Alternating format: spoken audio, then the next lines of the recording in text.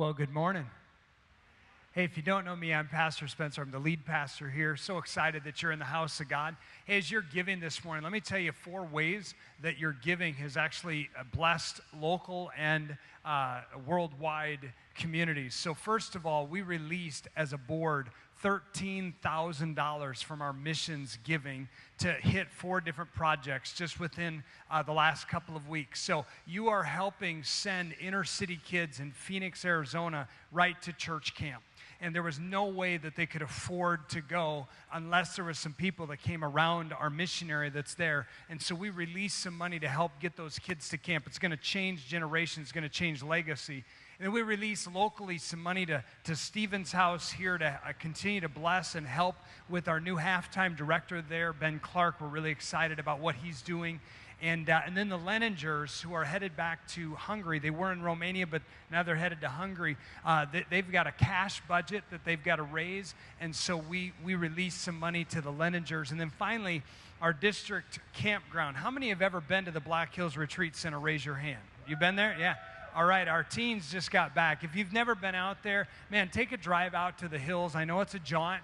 But it's a great place where God is meeting people. But they've got a huge need. They're actually tearing down one of the cabins that had a fault line in it, and there was no way to really financially repair it that made sense. They're going to tear that down and create like a hotel retreat center right on the campground that'll be inclusive of also having its own little dining room, and so that groups and churches can now go year-round and have retreats. And so I'm thinking down the road, 2025 or so, that we should get a group of adults and maybe almost adults and go out and do our own River City Assembly retreat. I think that'd be cool to do. So anyway, very excited. But that's because you guys have been faithfully giving. You need to know that. That's just kudos on you guys. Continue that. Continue to tithe. Continue to give the offering.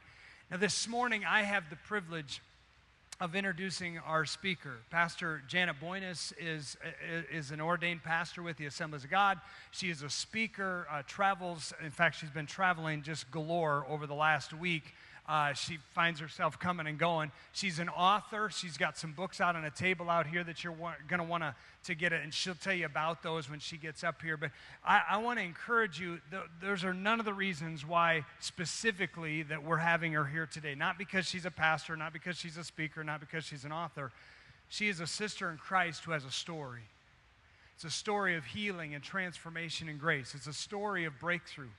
And I love to hear good stories. I love to hear what God has done in people's lives. So without any further ado, would you give it up for Pastor Janet this morning?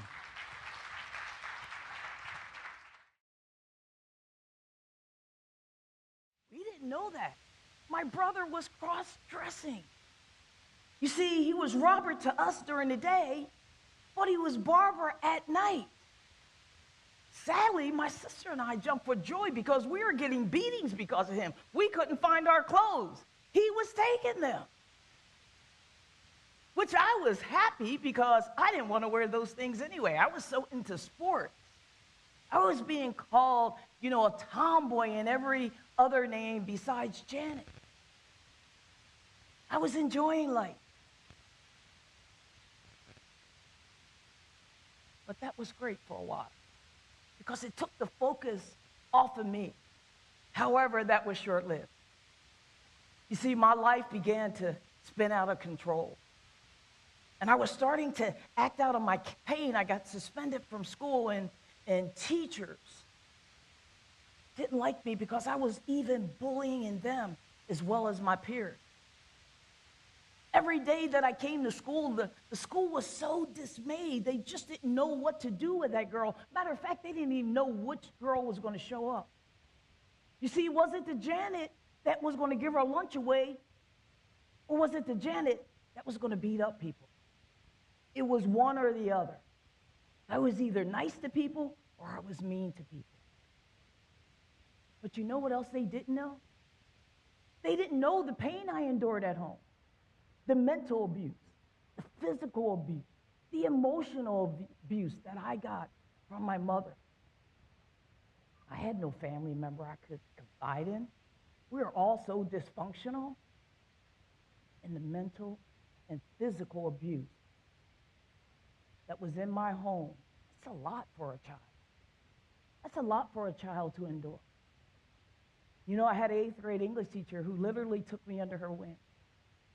And my 8th grade English teacher intentionally spent time with me. She came to my basketball games, asked my mother if I could go bowling with her and her husband. I spent a lot of time with her. Out of all the children in the school, she chose me. You see, I don't think that was a mistake because I believe the Bible says your steps are ordered.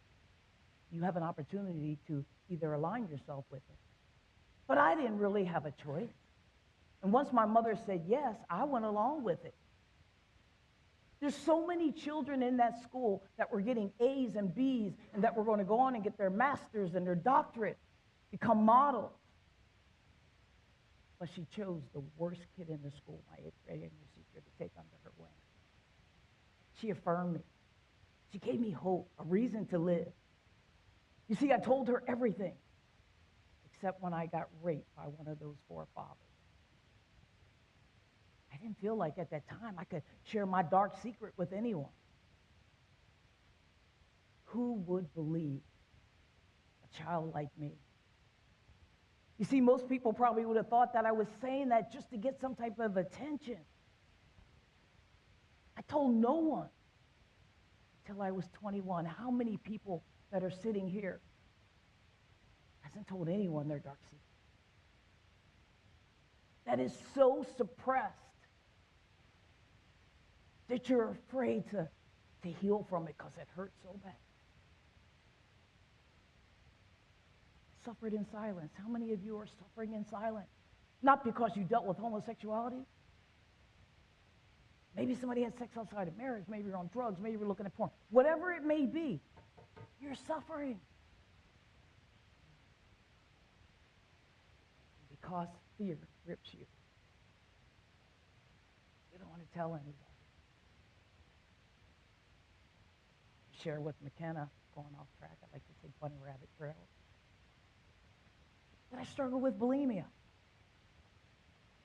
Over 30 years, you know when I got help? A year ago. I told nobody. I was secretly purging for years, 10 to 15 times a day. Until I was rushed to the hospital. I was at the gym working out. I was in the steam room. And I almost passed out. You know what? My potassium was low. And they said if I was on the freeway, if I was driving, I would have crashed my car. I was so weak. And that put me on a trajectory to get help. I will no longer hold on to that dark secret as a pastor, a credentialed pastor. My goal is to be set free. That's the last thing that I was holding on to. That's the last thing that I had control over, that I determined in my heart to let go. It wasn't benefiting me. Is it benefiting you, what you're holding deep? Those dark secrets. As Dr. Phil would say, how's that working for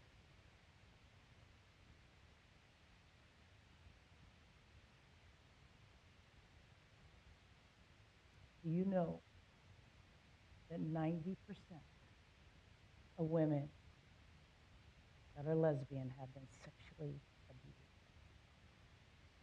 70% of gay men reported childhood sexual abuse. For me, because I didn't get any counseling or any help, I took all that bad behavior into my friendships, my relationships, into my adult life, dealing with sexual abuse and physical abuse, watching my mom get physically abused by a man that I thought I could trust, the man that raised me. I had it in my heart that I couldn't trust, man. See, my motto today is, if you know better, you do better. But at that time, I didn't know any better. You see, in the black community, we could not afford counseling to work through our trauma we endured. Our parents tell us just to shut up and keep it a secret. To share my story on how I came out of homosexuality because they want to suppress it. You want to hide it under the carpet. So sweep it under there as if it doesn't exist. They still have gays and lesbians in their choir.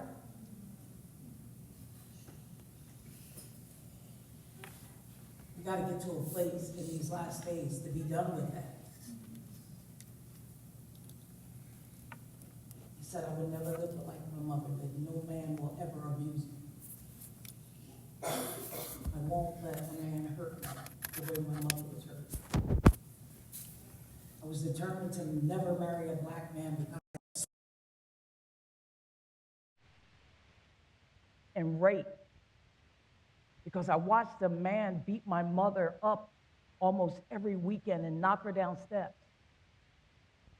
And then I watched one of those forefathers not only sexually abuse me, but another member of my family, but never his biological daughter. Of course, it came out of that a long time ago. It's been over 20 years, so my heart is a little different now. But until I determined to deal with that issue, that pain stayed with me for a long time. And you know what? It didn't even hurt that person. It hurt me more. Because I wouldn't let go. I wouldn't get help so I can heal from that mental and physical abuse. I made a decision I would not have kids out of wedlock because not only do I have half brothers and sisters with the same mother, but my father's side, he has kids too. I didn't want that for my kids. I wanted my kids to have one father if I was going to get married, not multiple the way I was raised. That wasn't healthy for me, and I knew it wouldn't be healthy for my children, and I was not going to pass that down the line. You see, when women go through this type of experience, and I'm speaking from a woman's perspective, Joe might have shared something different last week, colleague, friend.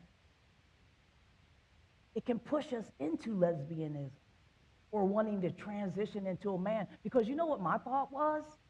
I can be a better man than the man that raised me or that man that raped me. I was the domineering one in my relationship. I wanted to be the one to show women they could be different.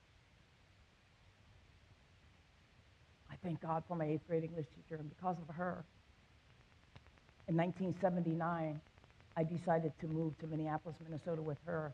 She left in 76, I left in 79. She worked for the National Education Association, NEA, which is not doing much for us. She got me back in college. I went to Concordia College. And there on the basketball team was the first time that I was attracted to a woman, but nothing happened. But God had a different plan, you see. There was a woman that came up to me on the campus and said, Janet, would you like to go to church? And out of the blue, I said yes, and I don't even know why, but I went. And that day, I got saved in the early 80s, 81. From there, I moved into one of their discipleship homes. They had 2 homes, one for men, one for women, and we did a lot of discipleship, going into old people's homes and preaching the gospel, giving out tracts, just doing the things that new believers have a tendency of doing. But I was so on fire for God, I went home and I told my whole family about my newfound faith. And I kid you not, I scared all my siblings into saying the salvation prayer because I was afraid all of them were going to go to hell, and they said it, even my mother. So at least when I go back to Minneapolis, I knew they were saved. I don't know how deep it was in their heart, but at least they said the salvation prayer.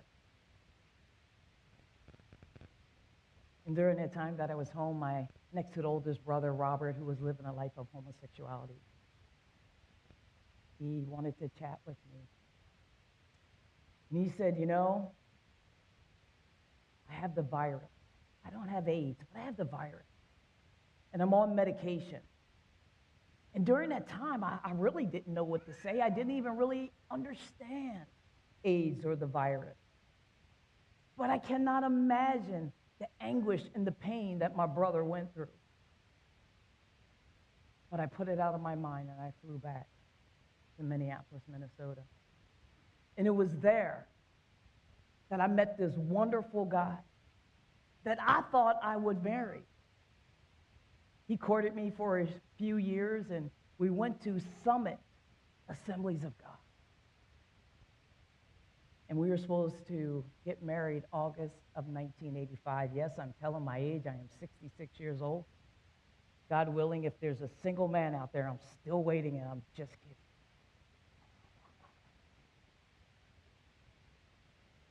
This dude courted me and asked me to marry him. Got down on one knee. But you see, folks, that day would never happen, because I met a girl that came into my life, and I wound up having a sexual relationship with her 3 months before I was supposed to walk down the aisle. And I went to my Assemblies of God pastor. I didn't know what the outcome would be, but I made a decision to tell my pastor, the man that was supposed to officiate my wedding. I had no idea what he was going to say, but I was scared. But I'm a very honest person. It don't take much for me to tell on myself. And I'm still like that today. I thank God for the softness of my heart. That I'm not willing to allow sin to continue to be in my heart, even though I know it's wrong. I still tell on myself. So I told my pastor, and he told me 3 things, which he didn't even know. Pastor Tedeschi at that time, that's what he should have said. So Janet, you need to tell your fiance. You need to call off your wedding. You need to get some counseling. I did that. Called off my wedding, told my fiance that I did not get counseling. I walked away from the Lord. I don't know if they had the picture up there of me living my life of homosexuality. But what I didn't know, but I know now, that trauma can cause you to medicate your pain in harmful ways. It can cause you to turn away from your faith and distance yourself from God and your friends and your family.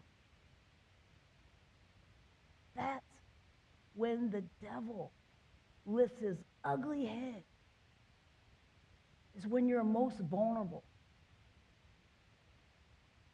He will come after you. He'll beat you down. There's nothing encouraging about what you have done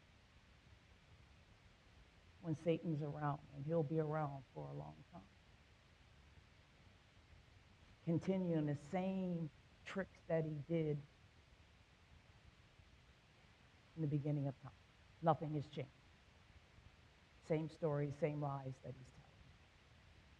And the sad thing is, a lot of us are believing it.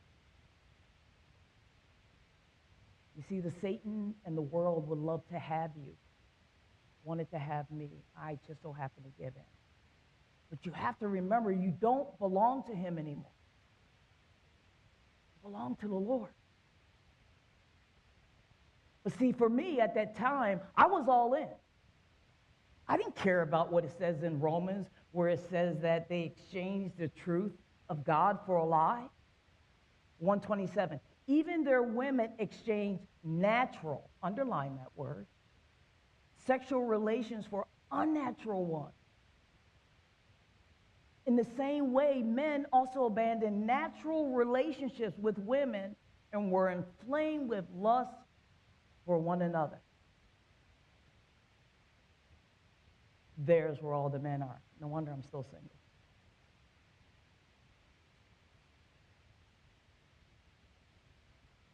Men committed shameful acts with other men and received in themselves the due penalty for their error. Anybody who believes that it's okay to live a homosexual life, it's okay to have sex with someone of the same gender, it's a lie. That proves right there, even if it was in the Bible one time, that God does not approve of it, and nor should we. You can love people without compromising your morals and your values. And I believe that's why I walked away from the life, walked away from God for 14 years, because I exchanged the truth for a lie. But no matter what, folks, No matter what I did, God was in pursuit. Despite my sin, God gave me another chance. There was a church called Maple Grove Assemblies of God that I would pass on a regular basis. And I never saw that church, and somehow God got my attention, and I saw that church to the right of me one day when I was driving past it.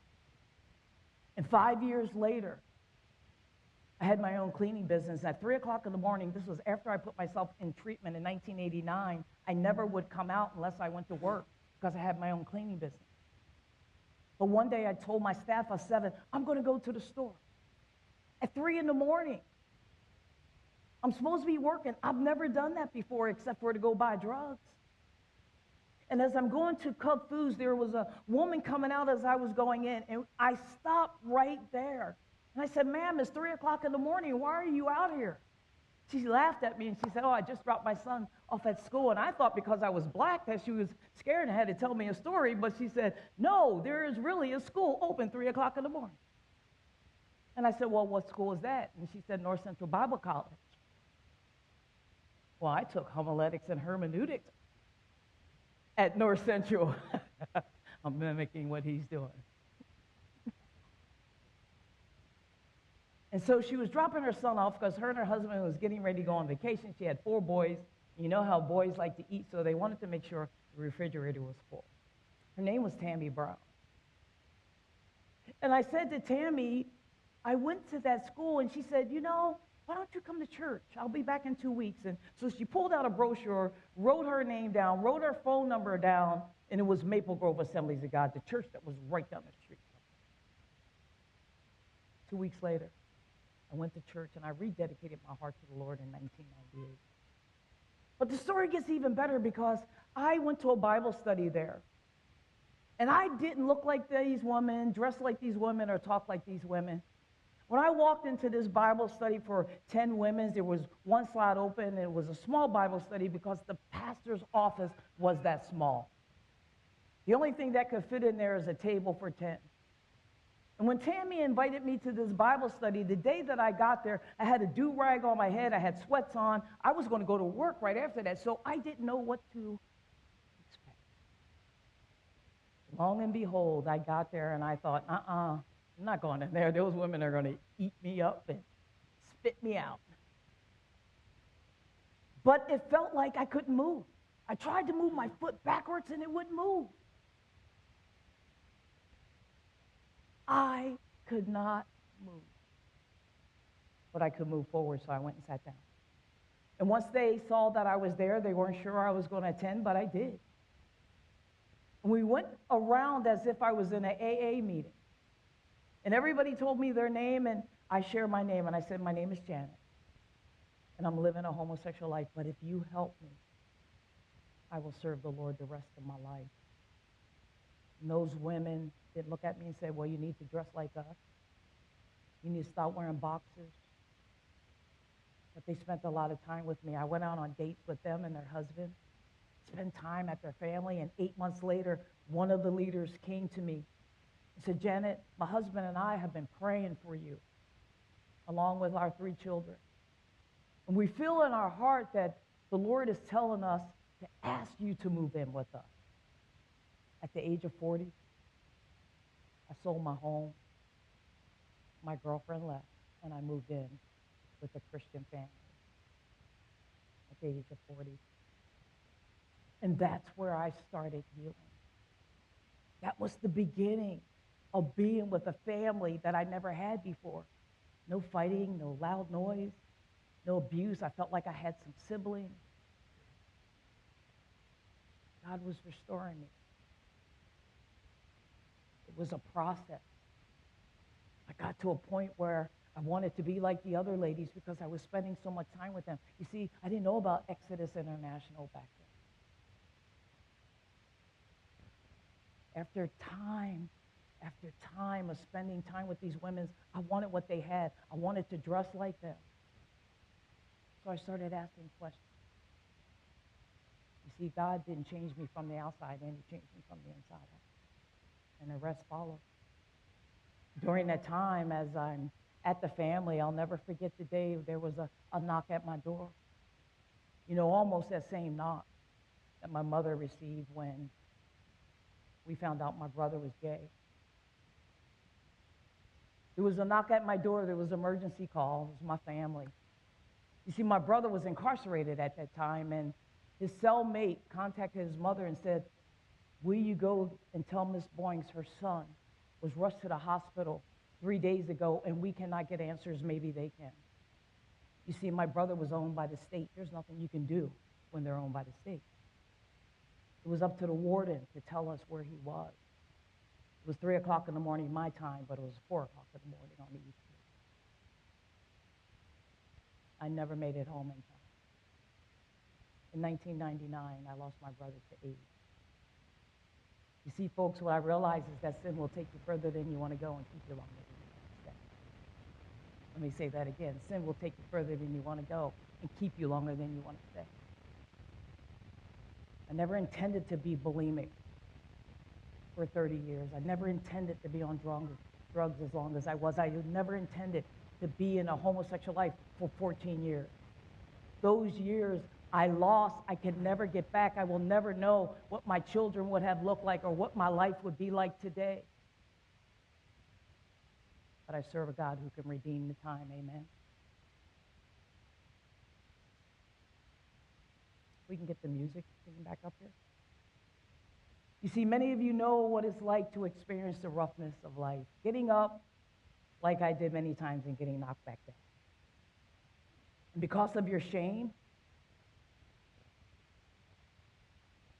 because of your pain, it has prevented you from telling anyone your dark secret of abuse you endured or drugs or porn you were watching or maybe sex outside of marriage.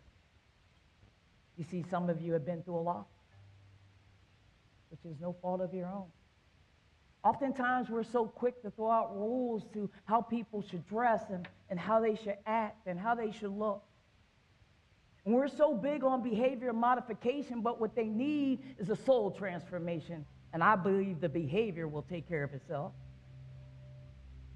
We as a church need to have compassion and understand people before we start making wrong assumptions and condemning them.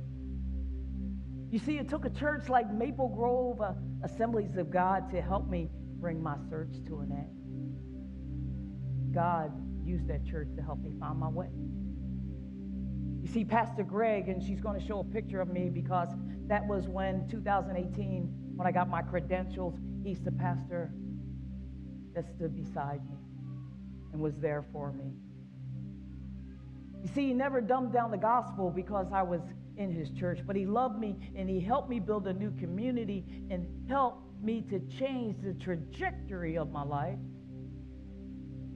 The women's group took me under their wing, even though I didn't look like them, walk like them, or talk like them. And then 2 members of our congregation took a risk on me and allowed me to stay in their home so that I could be guided into a place of fulfillment and a place of righteousness. You see, I saw them as people who cared. They cared about someone who needed to be loved unconditionally. And through their unconditional love, they were able to point me to a true revelation of who Jesus is and the love that he has for me. That's what I call the church. The church is not a stained glass, it's not a steeple, it's not a building. Jesus didn't die for this building. Jesus died that hope may be restored. So as I end this message, I have a question. Are you willing to go through the pain of God using you in a way that might not be comfortable for you? If a transgender walked in here or had gender reassignment surgery, and he doesn't look the way you men think he should look, is your heart open enough to go up and greet him and say, well?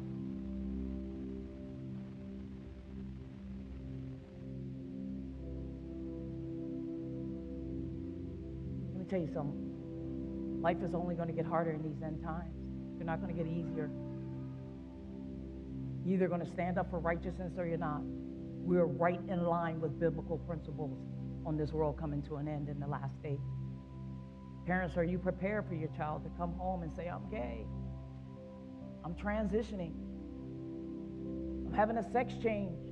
I want you to call me by a pronoun. The last time I checked, back in Genesis, Adam, when he named all the animals, I don't think he used a pronoun.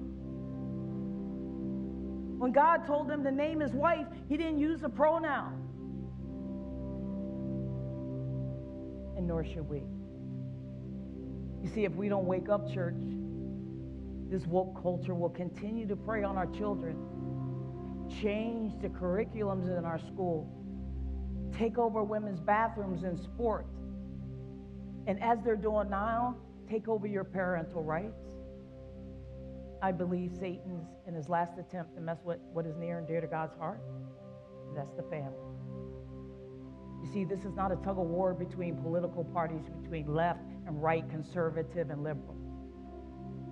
This is not a war, a battle of gay versus straight. We're in a war with one kingdom against another. And that's why, as followers of Christ, you know, people use Christianity too loosely. Everybody's a Christian now. But as followers of Christ, we must wake up. And I can't think of a better time to determine in your heart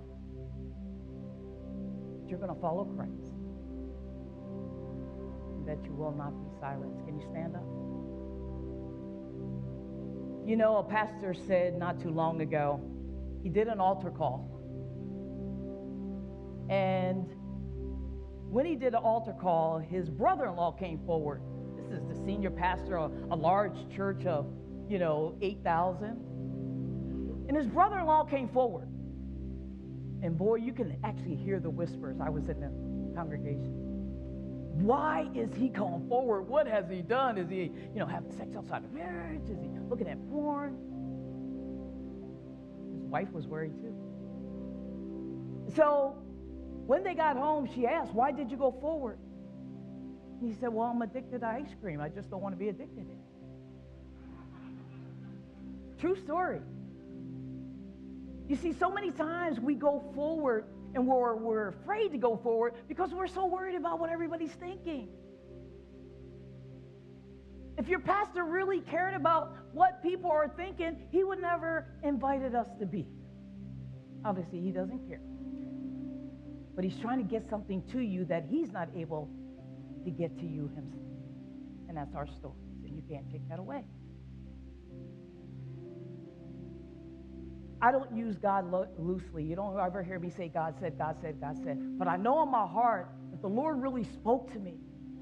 That some of you that are sitting there are dealing with some things. Whether you're eating too much ice cream, too much candy like I love, gummy bears. I'm preaching, brother. I know. Those gummy bears will get you in trouble. But you're not here by coincidence. And I know the devil is just having a field day. Your pastor's invited you here not because you're living a life of homosexuality, because we want to deal with whatever is going on. So don't call me, or when I go to my book table, don't say, I should have came forward, because the Holy Spirit is right here now. This is the time that you can be set free. You see, I'm going to get on that plane, and this could be the last place I speak, because I'm not guaranteed tomorrow. But I know if I do go, I know where I'm going. Some of you are dealing with some stuff, whether you're drinking too many sodas, whether it's ice cream, whatever it may be, having problems in your marriage. I want you to come forward. This is the day. This is the time. Don't wait for everybody else to come forward. I would have ran up there by now, and I do as a pastor. I'm not that prideful. I'm not going to stand up here long, but I want you to come so we can pray. Don't look at the person next to you. Just do it, because let me tell you something. When you stand before God as husband and a wife, you are going to throw each other under the bus. You're not going to be together. You're going to pay for your sin all by yourself. So no matter what it is, I want you to come. We'll just wait a few minutes. I might have went over a little bit, Pastor. I apologize if I did.